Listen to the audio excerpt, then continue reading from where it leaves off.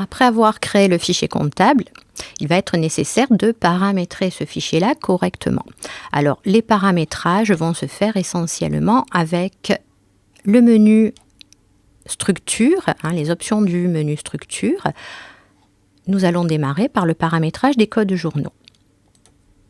Alors, lorsque nous ouvrons les codes journaux, nous constatons que la liste n'est pas vide. Alors, pourquoi ? Parce que nous avons, à l'étape de création, récupéré les éléments de base du fichier comptable. Nous pouvons donc retrouver les journaux les plus courants.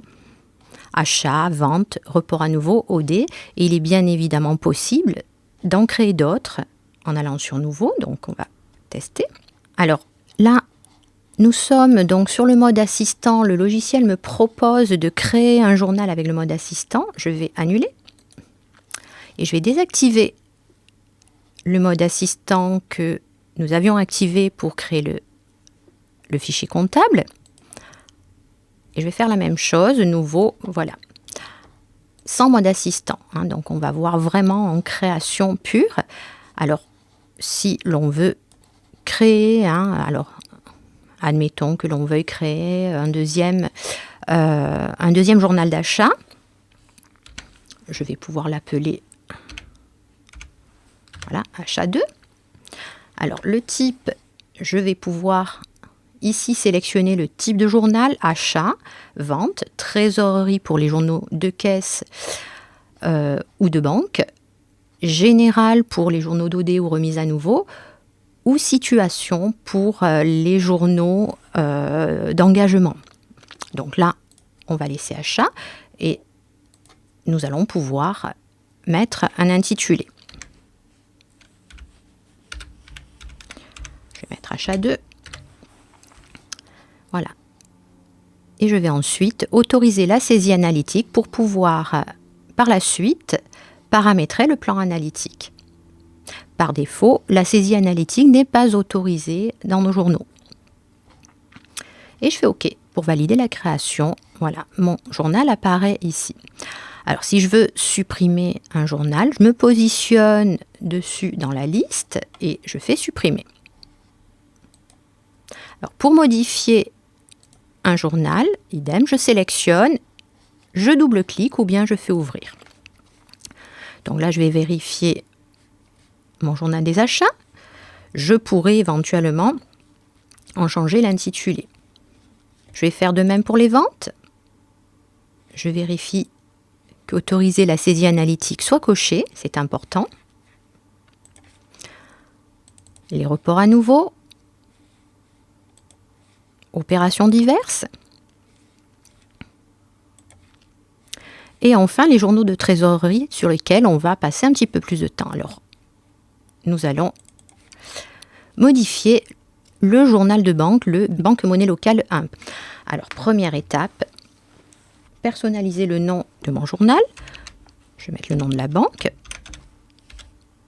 Le compte de trésorerie lié, le compte 512, lié au journal de banque. Alors, donc lorsqu'on modifie, c'est fait. Il est bien évident que si vous mouvementez en saisie un autre compte, il faudra créer ce nouveau compte et puis aller l'appeler dans le compte de trésorerie. Alors nous, dans cet exercice-là, nous allons utiliser le 512.11, voilà, que l'on peut aller visualiser, qui convient très bien.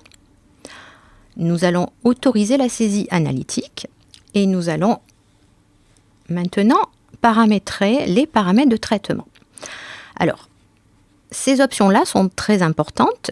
Vous pouvez constater que par défaut, aucun rapprochement bancaire ne sera possible. Et si ces options-là ne sont pas modifiées, il ne sera pas possible d'effectuer un rapprochement bancaire sur ce journal-là. Donc, ce qui va être quand même assez embêtant. Alors, contrepartie. Tout d'abord, deux options. Centraliser toutes les écritures de banque ou bien générer une contrepartie à chaque ligne. Alors là, tout dépend de vos préférences, je dirais, de vos habitudes de saisie. Donc, si vous laissez centraliser toutes les écritures de banque, vous n'aurez en fait une ligne de banque qu'à la fin du mois. C'est-à-dire que le journal va cumuler, pour le compte 512, va cumuler complètement tous vos montants. Et vous n'aurez que les contreparties. Inversement, générer une contrepartie à chaque ligne, on pourra de manière plus classique, dans ce cas-là, avoir la ligne de banque après chaque mouvement. Par exemple, je règle un fournisseur, je pourrais avoir immédiatement la contrepartie pour chacune des lignes. Rapprochement maintenant. Par défaut, aucun. Donc, nous avons deux options pour pouvoir effectuer notre rapprochement, contrepartie et trésorerie. Alors, nous allons choisir contrepartie. Trésorerie étant l'option classique,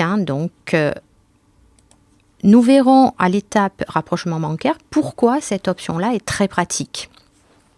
Donc, pour les paramètres de traitement, contrepartie, générer une contrepartie à chaque ligne, ce qui est plus classique et ce qui sera peut-être plus compréhensible par la suite lors de la saisie. Rapprochement sur contrepartie, et nous allons décocher, affecter le statut réglé aux écritures qui n'est pertinent que pour les utilisateurs de Sage Gestion commerciale. Et on valide, on fait OK. Et on peut constater les modifications sur notre banque. Nous allons modifier, paramétrer notre caisse.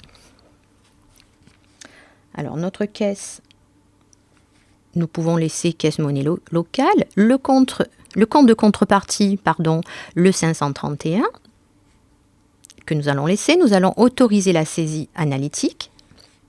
Les paramètres de traitement maintenant. Alors, plutôt que centraliser ce qui convient plutôt pour un gros volume d'écriture, nous allons générer une contrepartie à chaque ligne. Rapprochement, aucun. Nous ne ferons pas de rapprochement sur la caisse. Et on décoche affecter le statut réglé aux écritures. On fait OK. Nos codes journaux sont maintenant correctement paramétrés. Nous allons pouvoir passer à l'étape suivante.